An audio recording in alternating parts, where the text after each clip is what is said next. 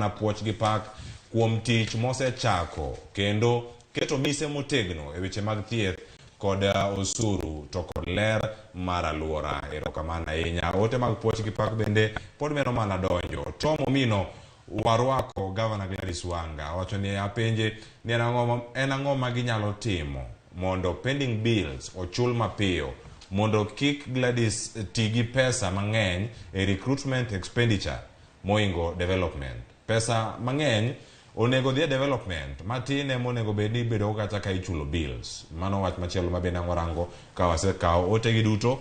Kamachielo wan gi Silas ka Oriaso wacho kanyo ni walemo ni mondo ibed kod telo makare kinde gi duto gavana, kendo wacho kanyo ni gin gigeno ni gavana Gladys Wanga biro deliver. Wacho ni mikakati moseketo nyiso ni gik moko biro dhi maber. Erokamano ahinya ka intiere kar kanyo e Facebook mar Ramogi TV. Ote machok bende wageno ni nyalo oronwa kanyo. Odhis daktari wacho ni mosna genowa, mano slogan mare manotiyo kanye campaign moyudo komno mar gavana. Apenjo ni ere kaka odhi konyo jo ohala e yore mag license, nikech wasebedo ka wang'ado license e nengo mamalo to kare omenda gi donjo mana e ofuk achudhe. Wacho ni machweyo lal kod kendo lal mana miru. Wacho kanyo komachielo kanyo wacho ni bende inyalo duoke piny gi ata malo moro matin kaluwore gi ngima ma bende koro idho mokalo mondo jo ohala kik yud pek e chulo osuru.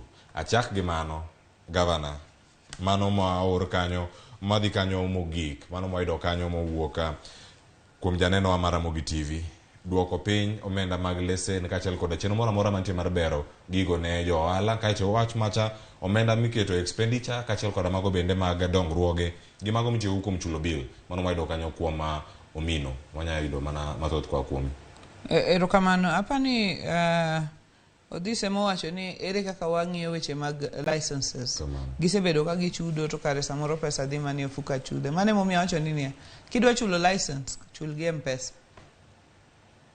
Chul gi M-Pesa. Kik ng'ato bi iri. In kisechulo gi M-Pesa, tang message mane timori nade? Mane chudogo.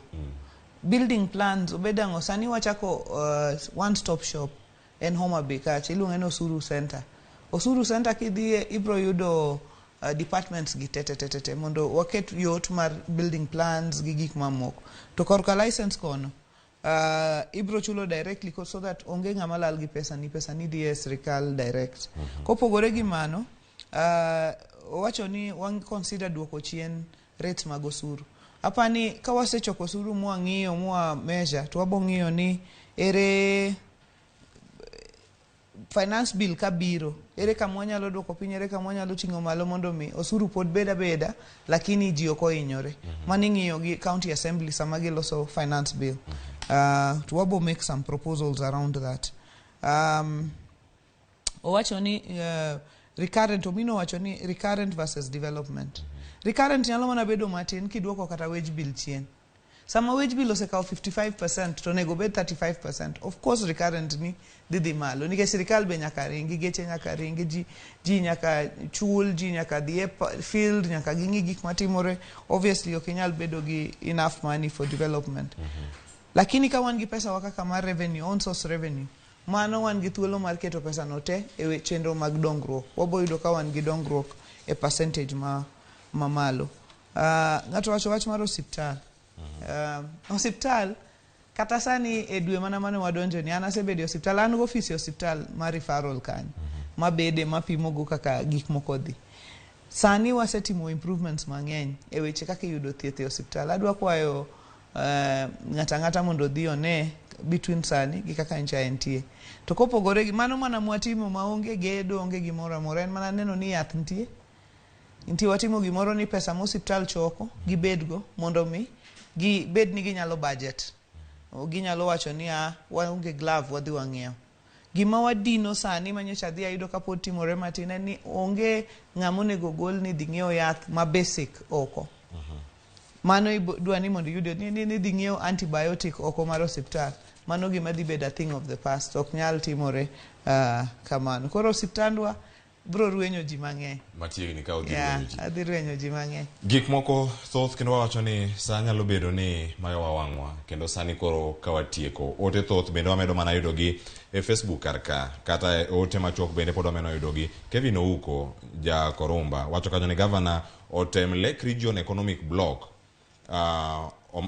omoke mach kata omake mach wacho kamano wacho ni gino onego bed kod functioning offices rather than meetings make siphoning pes counties. Mana achiel kuom ote mantiere kar kanyo neno waka entiere e boma ma Kisumo kendo nyaka sani wach madani wawego mana minyalo weyogo jonenwa mag Ramogi TV kachiel koda mano mar Kevin Ouko kamano ote mare kantiere kar kacha kachiel koda Mwalimu Mboya ma bende wacho kanyo ni chenro ka entiere Kisumo. Mwalimu Winnie Mboya wacho kanyo ni Homa Bay hospital agero ne dhi chopo e rang'eny mamalo. Erokamano ahinya. Wach mari mogik ne jodak e kaunti ma Homa Bay ma kawuono okaw thuolo gi mar neni kendo winji e Ramogi TV. Wang'eni chenro machielo pod biro e radio Ramogi ka iwuok kar kae to ote mari ne jogo mane Ramogi TV nyalo bedo mano.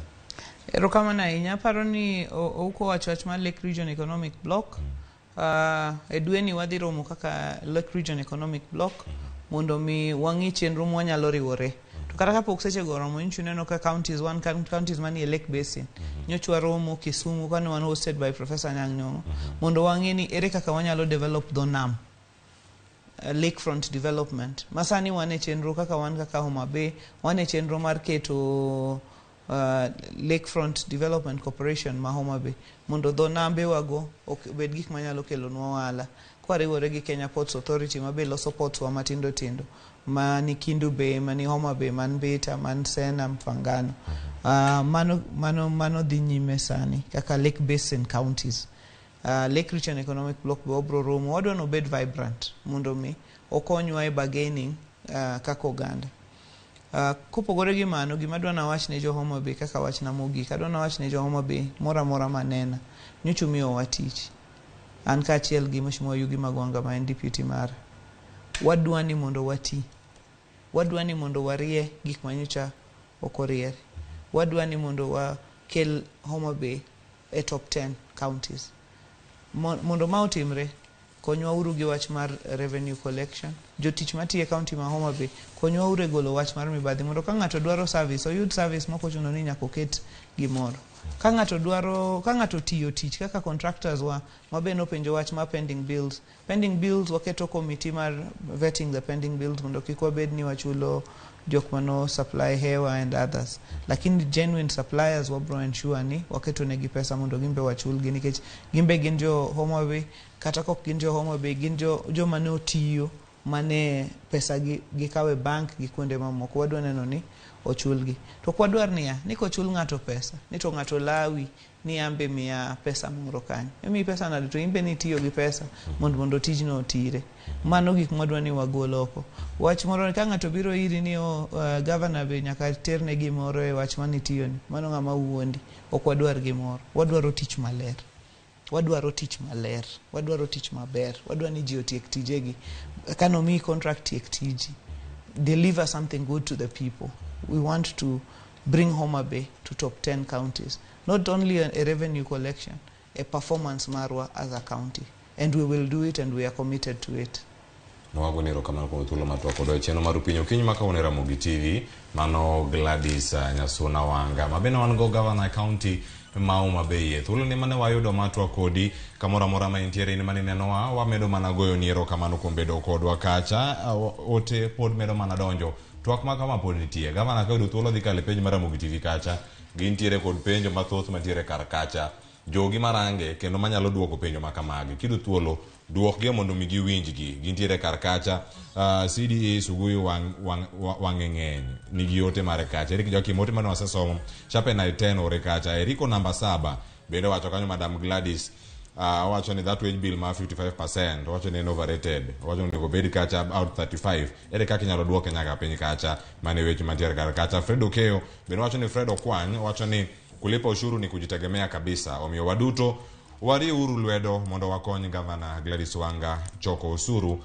kochako wuok tich wacho kochako wuok tich ochako kawuono tarik 5 mane kama ochako Mike Abisai bende wacho mano the real governor of Homa Bay. Kudos. Javan Sokoth nigi ote mare. Crispin Otieno bende nigi ote mare wacho ni following my governor los loro Homa Bay obed manyien. Kevin Naomo bende ote mare intiere kar kanyo kineno e Facebook maro live kama intiere kacha. James Sokoth bende mano fan number chiel ma bende ni studio ma Kisumu. Gladys Wanga wacho ni catalyst for Homa Bay development transformation. Wacho ni a real deal for people of Homa Bay County. Olos mana kinde kod ker mondo mi oger county ma Homa Bay. Nyinga Cleophas Oluoch chaguniro kamano kubedo koda e thuolo ni duto mane wan kod chenro mar okinyi, chenro mar piny. Gavana wadhi do thuolo kendo mar luongi bang bok warit kata higni 5. Warito mana ka chenro sechako bende waluongi ka wakwayo apisas meki mane county mondo bi mondo lernwa wach yiene gi mondo gibi mane Ramogi Tv weche mar piny kata mar mbako romo kinde moro amora. Erokamano Cleophas. Erokamano ahinya. Orit masani warom chenro mabiro mano koro mago darango ne ang'o ma joiso duor tedo ikete mana ka.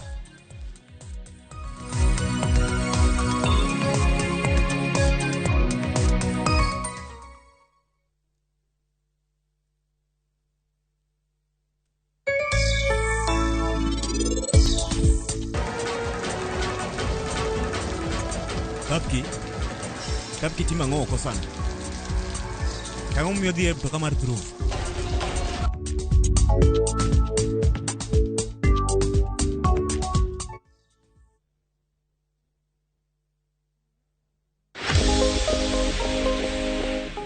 Mondo mi ibed kod pien del maber, kaw okang' mar koso bedo kod paro madang'ni kata stress.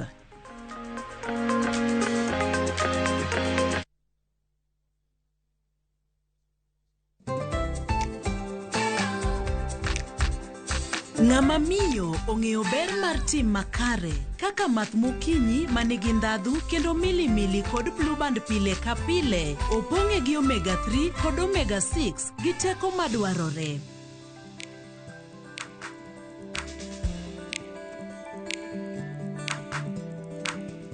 Math mokinyi gi blue band, dongruok mag-gi makare pile ka pile.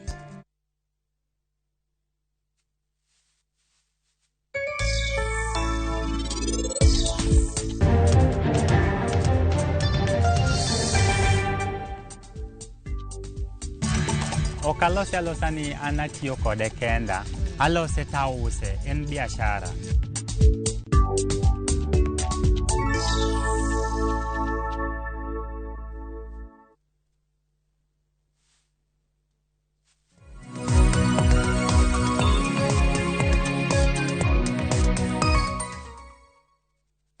Nyakora Mugejuan chiemo en gino makelo akanyakla kendo inyalo dhi ka ng'ato to tedo ni kit chiemo mamit kiwuok kanyo tinang'o mana lweti kata kamano wi nyalo wil ni kit chiemo no oted e yo machalo nade. Mane momiyo chenro matedo gi chiemo watedo kod jotedo matene koda kama nyasani ka watedo chiemb nyaluo kaachiel kod chiemo manyasani. Chenro ma kama ikelo ni pile ka pile chieng' tich adek kod Anna Joyce Oduoro. Kinyi ma kawuono alimo Lilian Kobuogi e jikonde kae kamorwakora makare orwako maber orwako e yor nyasi yo manyara tipo ka bendo dwa tedonwa mbuta rasuya mbuta rachoke kenda sechako winjo akarufu mar mbuta osechako sasa okinyi makawuono. Lilian erokamano ahinya kuom rwako wa e jikondi okinyi makawuono. Aneno ka kawuono idwa tedonwa mbuta ten mbuta idwa tedonwa mbuta kido machalo nade, mbuta mitedo pogore nade kod mamoko ma jomoko tedo.